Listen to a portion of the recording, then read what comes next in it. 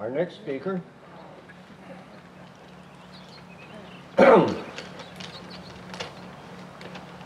Our next speaker is William V. Taylor, Jr. Bill fought in Vietnam from February 1967 to February 1968 at the height of the war. He received 3 Purple Hearts, 2 Presidential Unit Citations, and the Vietnamese Cross of Gallantry. His major accomplishment is being the author of a best-selling and award-winning book on full automatic, surviving 13 months in Vietnam. Currently, Mr. Taylor is writing a 10-part miniseries for Hollywood.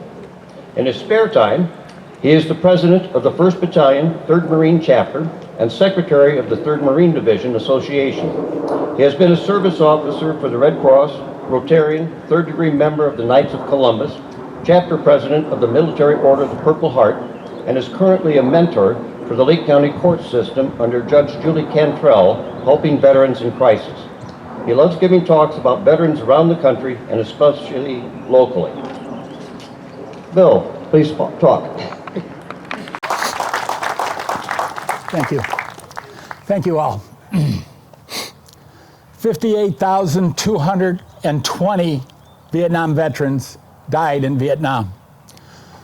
20 times that number came home and can't talk about it. 303,000 were wounded. I was in the 1st Battalion, 3rd Marines Charlie Company in Vietnam. We were the newest weapon to defeat the North Vietnamese and the Viet Cong during the height of the Vietnam War. We were a special attack helicopter squadron on the USS Okinawa. We didn't know what we were getting ourselves into at 18, 19 years old. The first operation was Operation Union, Bear Claw, Union. We were going to stop the North Vietnamese and the Viet Cong from getting supplies. This is the first time that we went into the Quay Son Valley in force. And we were going to stop all of the rice that was going to go from the Vietnamese that came down the Ho Chi Minh Trail. So 2 battalions, one from the left that swept in the mountains, and one from the right that swept back towards the other way. And then they landed us in the valley. We swept that valley, and we found tons and tons of rice that was going to the North Vietnamese. We took over that valley, and the first person to die in my unit was Dave Hart.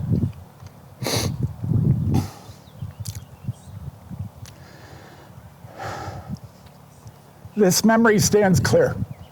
The first one to go. I still talk with his family.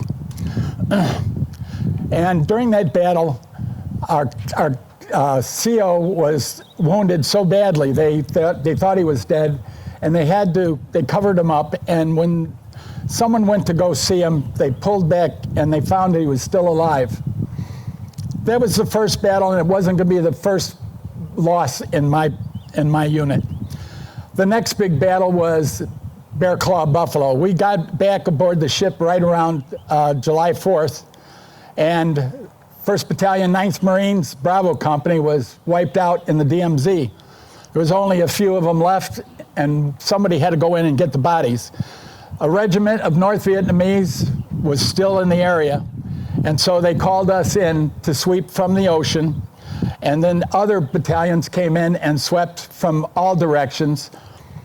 We ended up getting a huge fight with the North Vietnamese. I lost my platoon sergeant and my squad leader in that battle, and we got pretty well decimated ourselves.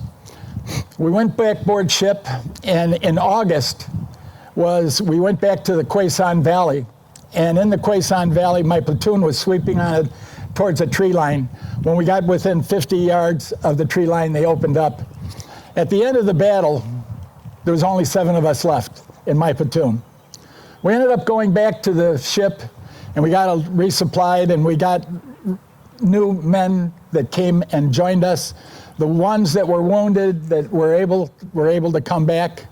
And then in October, that October, we were going to be part of an operation where we were going to be a blocking force for the 2nd Battalion, 4th Marines, was sweeping through the high-lying forest. No Marine, no unit, and American unit had, and that they were, the North Vietnamese and Viet Cong were definitely in there, and we were going to get them out. So 2nd Battalion, 4th Marines was sweeping through, and on that very night, I remember the day before I was talking with Dan Varner, and Dan Varner was saying he was so proud. He had just found out he had a son. And Dan, during that time we were talking, was so proud. And he looked at me and he says, "Bill, I don't think I'm going to make it." And I said, "You're going to make it. You're a tough Marine. We're both going to make it." Well, that night, we got overrun, and the entire 3rd Platoon was wiped out. Every officer but one was wounded or killed. And in my particular platoon, I ended up getting wounded, that one also. And the next time we were out was November. We ended up going into the DMZ and taking over for another battalion. And that was during the monsoon season, where we got hit 3 times a day by mortars, by artillery. You know, we had a lot of wounded, but we were deep in our holes and freezing from the monsoon. We ended up leaving there, and we went into a place called C4. It was a brand new base just a mile south of the DMZ, right on the ocean. And we were going to stop all the infiltration that was coming down. Well, on January 19th, 68, my particular platoon got totally surrounded. We had a lot dead. A lot of men died that day. It started at about 5 in the morning, didn't get through until 3 in the afternoon. I wanted to talk about these men because it's very important. This is Memorial Day. This is a day of memory. 36,000 soldiers died in the Korean War. 92,000 were wounded. I know some of these men because when I came back, I became a member of the Purple Heart. And I ended up becoming commander. And in that time, I met so many incredible people, I can't even tell you. And I want to talk about a couple of them today. So in the Korean War, we had one gentleman, Harold Jenkins. Harold Jenkins was in the Chosin Reservoir, and he had a fight. He was basically called in support and artillery in on the North Koreans. And he talked about how people were freezing and how they came and how they fought so hard to get back so that we could start a new push back to kick them out. 408,000 died in World War II. 1.5 million were wounded. My father fought at the Battle of the Bulge. He couldn't talk about it. He wouldn't say anything. I talked to men at the Purple Heart, and I talked to them. One of them was Wendell Lowe. He fought at the Battle of Peleliu on an island in the Pacific. He told me how that when they were in their Amtraks, they got stuck and they had to wade ashore, and how he had to fight off the bonsai attacks on the island. I also became a member of the Marine Corps League. And when I was going to the reunions, it turns out that I ended up meeting 2 Iwo Jima veterans who fought at Iwo Jima. One of them told me the exact story. I'll never forget it. I mean, this man is the biggest hero in the world to me. And he told me how he came ashore and how bad it was, and that he worked his way, they finally, after days of fighting, he worked his way up to the airport. And he said he got down and he dug a trench, and it was hot, so hot from the volcanic soil.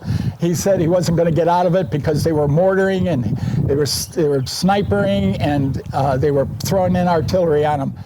And he talked about how hard it was for him. And I can only imagine how tough it had to be for those Iwo Jima vets.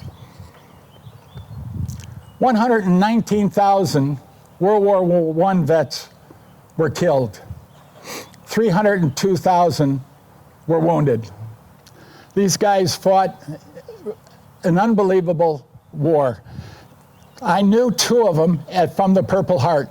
I actually got to talk to one of them, and he said he was a runner that ran messages between the companies. And he would talk about how he had to run long distances to get to another company and deliver the message. And in one of those runs, he got shot in the ankle. and he crawled all the way to the other company, and that's where he finally delivered his message. He came home from there on, and that's him. The Civil War, we had thousands, tens of thousands in single battles that were wounded. Wounded for what? For freedom, for all of us to be able to choose.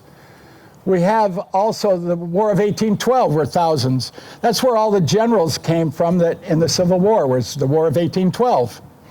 And then we had the Patriotic War, the War of America. God bless those men who created this country. They created a situation where all men are created equal, where we're all free to make choices. We all have our individual freedoms.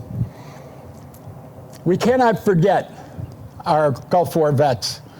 A lot of the Gulf War vets, thousands were killed, thousands came home wounded, and many, many more, just like all the other wars, come home and can't talk about their experience. I truly believe in America. I truly stand up at the ball game and I salute the flag and remember these people I just talked about. These are very wonderful people, but we're talking about tens of thousands who created this great country. And all I gotta say is, now when I walk the streets, people come up to me and say, thank you for your service. Well, I want to look at all you, and I want to tell you what I tell them. You were worth it. God bless America, God bless the American Legion, and God bless all of the armed forces.